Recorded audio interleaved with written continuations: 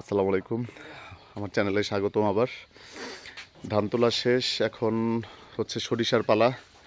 সবার উঠানে উঠানে সরিষা তোলার আয়োজন চলছে। এটা আমার চ্যানেলে দেওয়ার জন্য আর কি, আপনাদের দেখাচ্ছি। এভাবে করেই সরিষা তুলে উঠানে এরকম রোদে শুকানো হয়।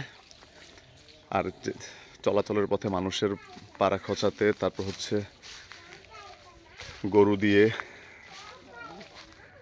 আবার অনেকে মোটরেও করে। এখন যতটুকু ঝরে ঝরে, তারপরে আর কি মেশিন দিয়ে ঝরায়। এভাবে সরিষা বিছিয়ে রাখা হয় উঠানে। এটা দেশি সরিষা।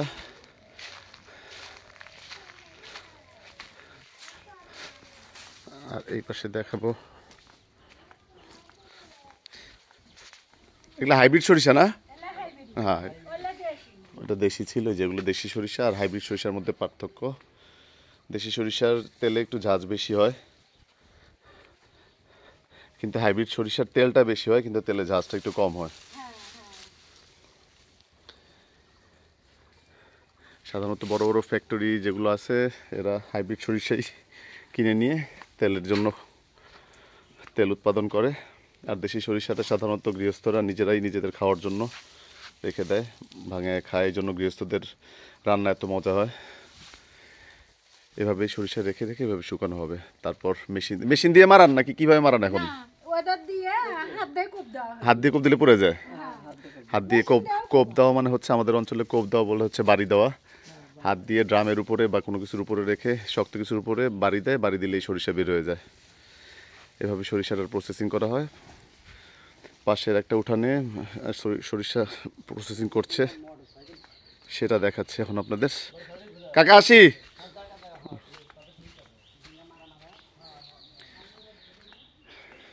হেঁটে চলে যাচ্ছিলাম, চিন্তা করলাম এটাও ক্যাপচার করি, অনেকেরই ভালো লাগতে পারে। এই যে সরিষা যাদের তোলা হয়ে গেছে, এরকম করে সরিষার আবার এই গাছগুলোকে পরে খড়ি হিসেবে, মানে লাকড়ি হিসেবে ব্যবহার করা হয়, জ্বালানি হিসাবে। এইখানে দেখাচ্ছি কিভাবে সরিষা, এই যে এখানে সরিষা বাছা হইতেছে। আপনি নিন, আপনি নিন না। সরিষা এটা ইয়া করছেন কিভাবে, মানে বাই করছেন কিভাবে? বাড়ি দিয়া? বাড়ি দিয়া। এই যে সরিষার থেকে বাতাসের মাধ্যমে, ফ্যান দিয়ে বাতাসের মাধ্যমে আর কি ময়লা সরানো হচ্ছে। দেখাইতেছে কেমনে সরিষা তৈরি হয়। এটাই হচ্ছে সরিষার প্রসেসিং। এই যে স্তূপ করে সরিষা রাখা আছে, এগুলাকে আবার একটু একটু করে শুকানো হবে, তারপর মারাই করা হবে। হাঁটতে হাঁটতে চলে আসলাম আমাদের বাঁশবাগানে। এই বাঁশবাগানটা এখান থেকে যতটুকু দেখা যাচ্ছে, একেবারে ওই যে একটা যে খড়ের পালা দেখা যাচ্ছে, তার ওই পাশে আরেকটু আছে, ওই পর্যন্ত রাস্তা পর্যন্ত আমাদের ফ্যামিলির বাঁশবাগান, আমাদের পুরো পরিবারের।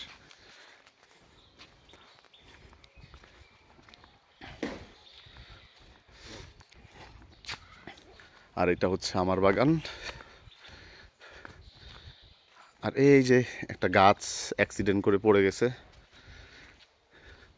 অপারেশন করা হয়েছিল, বাঁচে নাই। এটা হচ্ছে সোহাগদের, আমার ভাতিজা সোহাগের বাগান। এই গাছের এই সীমানা থেকে সোহাগের বাগান শুরু। এই গাছটা 50,000 টাকা বিক্রি করা হয়েছে, মেহগুনি গাছ। এটা আমার মেহগুনি প্লাস হচ্ছে ফলের বাগান। এই মেহগুনি গাছগুলো আমার আমার হাতে লাগানো। এটা আতা গাছ, এটা আমড়া গাছ। আমড়া গাছের এই সময় পাতা থাকে না, একবারেই ঝরে যায়। এখানে আরও কিছু গাছ আছে, এগুলো আজকে ঠিক করা লাগবে। এটা হচ্ছে কাঠলিচু, ওটা হচ্ছে বহেরা, এটা বহেরা গাছ। জাম্বুরা, এটা হচ্ছে বোম্বাই লিচু। তার পিছনে আছে মিষ্টি তেঁতুল। এটা হচ্ছে হাড়িভাঙা আম। এই বছর এই গাছে মুকুল আসে নাই কেন বুঝলাম না, অনেক গাছ আছে এখানে। চালতা, আমলকি, এটা হচ্ছে অনুপম কলা, তারপর এটার ভিতরে আছে যেটা, এটা হচ্ছে হর্তকি, এটা হচ্ছে হাইব্রিড হাইব্রিড আমলকি, গাছ শুকানো, একটা খেজুর গাছও আছে।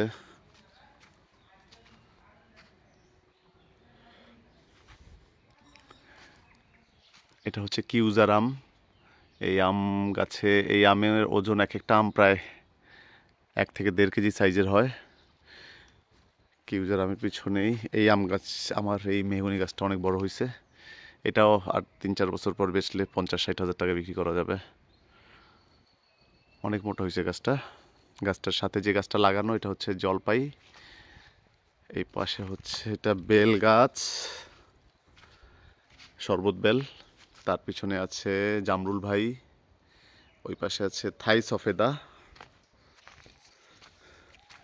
এটা হচ্ছে থাই সফেদা, বড় হয়ে গেছে অনেক। আমার সফেদা গাছ একটা আছে, এটা একটা ভিডিওতে দেখাবো। এটাতে অলরেডি সফেদাও ধরছে। এটা হচ্ছে কি গাছ, সেটা হচ্ছে জাম গাছ। আর এখানে একটা গাছ আছে, এটা হচ্ছে বিলাতি গাব। এটা নতুন লাগানো হয়েছে, বিলাতি গাব গাছ। যাক, আপনাদের আর বিরক্ত না করি। এর মধ্যে সবচেয়ে দেখতে সুন্দর হচ্ছে চালতা গাছ। চালতা গাছ দেখতে একটা অন্যরকম শান্তি লাগে। পাতার বিন্যাসগুলো, পত্র বিন্যাসগুলো খুব সুন্দর, পাতাগুলো দেখতেও সুন্দর। বেল গাছও দেখতে সুন্দর লাগে। বেলের কিন্তু এটা বর্ষাকালে যখন পাতাগুলো আরও বেশি সবুজ থাকে, এখন শীতকাল তো, তাই পাতাগুলো একটু কেমন ঘোলাটে ঘোলাটে। যাক, ভালো থাকবেন, দোয়া করবেন। ভিডিও ভালো লাগলে কমেন্টস করবেন, লাইক দিবেন, আর চ্যানেলে সাবস্ক্রাইব করা না থাকলে সাবস্ক্রাইব করবেন। আল্লাহ হাফেজ।